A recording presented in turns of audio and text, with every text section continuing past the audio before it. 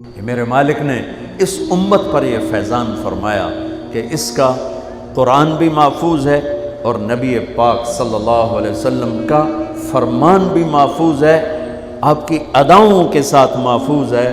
میں ایک آپ کو مثال دیتا ہوں، اگر ہمارے نبی پاک صلی اللہ تعالی علیہ وسلم کے چلنے کا انداز کیا تھا، اگر ہمیں یہ معلوم نہ ہوتا تو کیا فرق تھا؟ کوئی جنت جہنم کا مسئلہ تو نہیں ہے نا، لیکن میں قربان جاؤں ان صحابہ پر اور ان کے شاگردوں پر، ان کے اگلے شاگردوں پر، یہاں تک کہ جنہوں نے میرے نبی کی چال بھی ہم تک پہنچائی۔ میں آپ کو ترجمہ بتا دوں،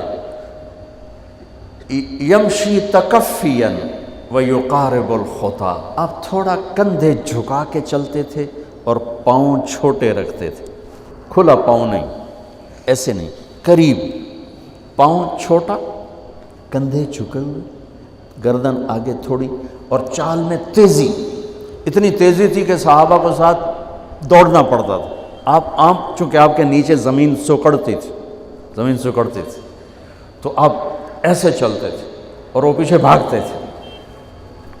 آپ کے دیکھنے کا ہمیں انداز معلوم نہ ہو تو کیا فرق ہے، لیکن میں قربان جاؤں جو کہہ رہے ہیں جل نظرہ الملاحظ، اب یوں دیکھتے تھے، یوں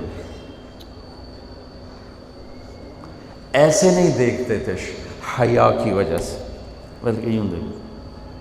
کبھی کبھی ایسے ہوتا تو پھر ایسی تجلیات اور آنکھوں سے نور نکلتا کہ سارے صحابہ یوں ہو جاتے۔ صرف دو آدمی آپ کو دیکھ سکتے تھے، صرف دو، ایک ابو بکر اور ایک عمر، بس۔ یضحکان الیہ ویضحک الیہما، دونوں آپ کو دیکھ کے مسکراتے اور اپن کو دیکھ کے مسکراتے، باقی کوئی آپ کو آنکھوں میں آنکھیں ڈال کے دیکھ نہیں سکتا تھا، جنہیں آپ کی نظر شرم و حیا ایسے تھی۔ کوئی آپ کو ادھر سے بلاتا، مفتی حامد صاحب مجھے کہیں مولوی صاحب تو میں اتنا ہی کروں گا، اس تو میرے کول بھی نہیں ہمت، مولانا ارشاد صاحب کہیں جناب مولانا صاحب، اتنی میری طاقت ہے۔ لیکن جب میرے نبی کو دائیں سے کوئی بلاتا تھا یا رسول اللہ، تو اب یوں نہیں کرتے، اب یوں کرتے تھے، پورا مڑتے تھے اس کی طرف، پورا سینہ سے سینہ ملاتے تھے۔ ادھر سے کسی نے کہا یا رسول اللہ، تو اب یوں نہیں کرتے، اب یوں کرتے تھے پورا۔ میں قربان جاؤں، اس موبائل نے کتنی بد اخلاقی پھیلائی ہے کہ ایک آدمی بات کر رہا، وہ موبائل دیکھ رہا، اور خاص طور پر والدین سے کہہ رہا ہوں، اب چھوٹا بچہ آئے اور اسے تم نے توجہ نہ دی، یہ گھروں میں 99.9% بلکہ 100% ہو رہا ہے، فون پہ لگے ہوئے، چھوٹا معصوم بچہ ماں سے بات کر، وہ فون پہ لگی ہوئی، ہاں ہاں بول کیا نا، سن دی پئیاں بھوک نہیں۔ آپ نے ذبح کر دیا۔ عربی کا لفظ ہے توجہ فرمائیں، یہ لفظ عربی کا توجہ فرمائیں کا مطلب ہے، یہ توجہ کی تا ہٹاؤ تو نیچے سے وجہ نکلتا ہے، وجہ چہرے کو کہتے ہیں۔ توجہ فرمائیں کا مطلب ہے بوتھا شریف میرے ال کر، میری طرف چہرہ کر کے بات کر۔ میرے نبی جب کسی سے بات کرتے تھے، سینہ بھی اس کو دیتے تھے، چہرہ بھی اس کو دیتے تھے۔ جب آپ غمگین ہوتے تھے کیا کرتے تھے؟ اب داڑھی پکڑ کے یوں بیٹھ جاتے تھے، یہاں ٹیک، اس کو نیچے، اور یوں پکڑو، تھوڑی دیر کے بعد سر پہ ہاتھ پھیرتے اور پھر یوں فرماتے۔ یہ میرے نبی کے غم کی نشانی تھی کہ آپ کسی دکھ میں ہیں، کسی غم میں ہیں۔ سبحان اللہ۔ جب آپ کسی کو بلاتے تھے تو ایسے نہیں کرتے تھے، ایسے کرتے تھے، پورے ہاتھ کے اشارے سے، ایسے انگلی اٹھانا عیب ہے، یوں کرتے تھے ایسے۔ جب آپ محفل میں بیٹھتے تھے تو چوکڑی مار کے بیٹھتے تھے، اتحیات صرف نماز میں آپ کی ہے، باقی آپ چوکڑی مار کے بیٹھتے تھے، اور پوری محفل میں ٹانگ نہیں پھیلاتے تھے، چاہے کتنی لمبی مجلس ہو جائے ٹانگ نہیں پھیلاتے تھے کبھی بھی۔ عزت دیتے تھے، سامعین جالسین کو احترام دیتے تھے، عزت دیتے تھے، اور دوران گفتگو آپ یوں کرتے رہتے تھے، یوں۔ یہ آپ کی بے ساختہ حرکت تھی، یہ ہتھیلی، یہ انگوٹھا، یہ ہر آدمی میں نہ کوئی اس کی جسم کی غیر ارادی حرکت ہوتی. جیسے میں اپنے انگوٹھے کو یوں کرتا رہتا ہوں، یہ میری بچپن کی عادت ہے، مجھے پتہ بھی نہیں ہوتا میں انگوٹھا ایسے کر رہا ہوتا ہوں. تو میرے نبی کی بغیر ارادے کے ہاتھوں کی حرکت تھی. آپ دوران گفتگو یوں فرمایا کرتے. یا آپ کو اوپر کر کے دکھا رہا ہوں، ورنہ آپ یہاں ہاتھ ہوتے تھے اور آپ یوں فرماتے رہے. واہ کیا صحابہ تھے، جو ہر شے ہم تک پہنچا.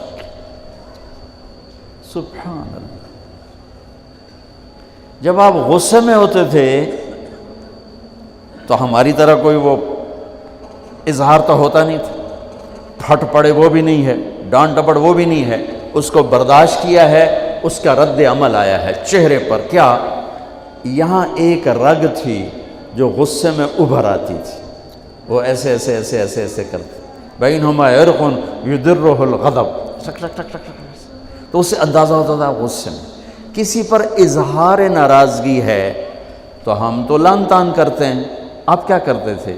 ادھر سے ابو ہریرہ آ رہے ہیں، آپ ان پہ ناراض ہیں اور ان کو بتانا بھی چاہتے ہیں، اور یہ ناراضگی ان کی کسی تربیتی پہلو کی وجہ سے ہے.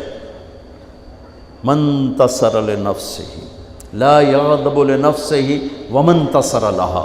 ساری زندگی اپنی وجہ سے نہ کسی پہ ناراض ہوئے نہ کسی کی ڈانٹ ڈپٹ کی.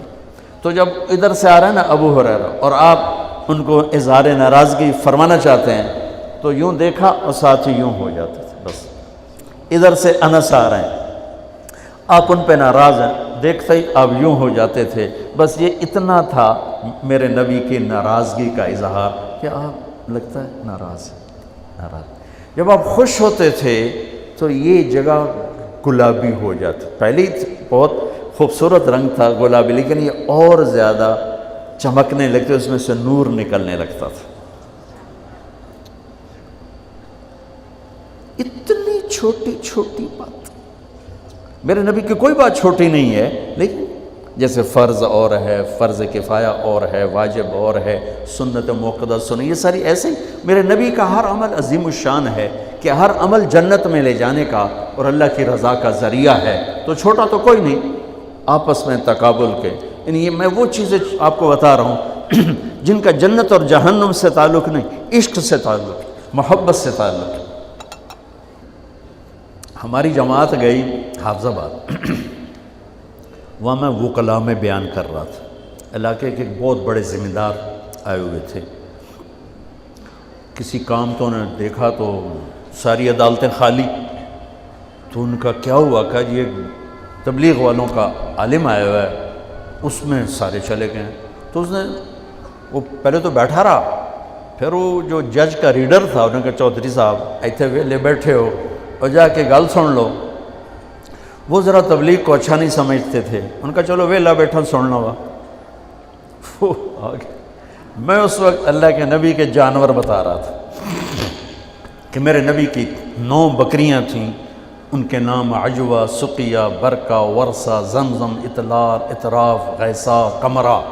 9 بکریاں، 10واں بکرا یم، اور اس میں قمرہ آپ کی زندگی میں مر گئی. یہ احسان عظیم ہے ان ہستیوں کا جو واقعی اس قابل تھے کہ اللہ نے کہا رضی اللہ عنہ، جاؤ میں راضی ہو گیا، جو مرضی کرو میں راضی ہو گیا. سبحان اللہ، واہ. اور آپ کے اونٹ تھے 2 عسکر اور ثعلب، اور آپ کے خچر تھے عفیر اور دلدر اور فضہ، اور آپ کے پاس گدھے تھے 2 عفیر اور یعفور، اور آپ کی اونٹنیاں تھیں عزبہ، جدعا، شہبہ، قصوہ، اور آپ کے گھوڑے تھے لزاز، تراز، لحیف، سجل، سکب، صبحہ، ورد، یعصوب، یعبوب. یہ آپ کے گھوڑوں کے نام. ایک گھوڑے کا نام تھا ورد. کیوں تھا؟ جیسے گلاب کا پھول نمایاں نظر آتا ہے، وہ گھوڑا ایسا حسین تھا کہ گھوڑوں میں نمایاں نظر آتا تھا. صبحہ ایک گھوڑے کا نام تھا صبحہ. صبحہ تیرنے کو کہتے ہیں، ان لک فی النہار صبحا طویلا. اس گھوڑے کا نام صبحہ کیوں تھا؟ جب وہ دوڑتا تھا تو لگتا تھا جیسے پانی تیرتا جا رہا. خیر میں پھر لمبا چلا گیا. وہ جو تھے نا چودھری صاحب، وہ بیان سن رہے تھے، وہ گئے واپس گاؤں. تو اپنے امام کو بلایا، کہا مولانا صاحب ایک مسئلہ دسو کی اپنے نبی دی بکریاں دا نام کی ہے؟ وہ آکھن لگا یہ بھی کوئی مسئلہ ہے کہ ہے تے بھاویں نہیں، میں تو اج دس ساڑھے نبی دی بکریاں دا نام کی؟ اسے کہا مسئلہ ہی کوئی نہیں تو میں دساں کی؟ اسے کہا تو اج تک میں نو پٹی پڑھائی ہے کہ اے نبی نو نہیں مندے تے اے نبی دے گستاخ ہیں، میں ہونے انہاں دے مولوی دی تقریر سنی ہے او تا نبی دی بکریاں نو مندیں تو انہاں نبی نو نہیں مندے، ہون تو جماعتاں نو روکیا میں تنو کھلے پھرے سا۔ پھر وہ ہماری جماعت پوری کو لے گیا اپنے گاؤں، نے 15-20 ہزار آدمی اکٹھا کیا، میرا بیان کروایا ہوا، کھانا ہوا۔ تو میں قربان جاؤں، آپ اسی سلسلے کی کڑی چل رہے جنہوں نے نبی کے علم کو لیا، آگے دیا، پھر آگے دیا، پھر آگے دیا۔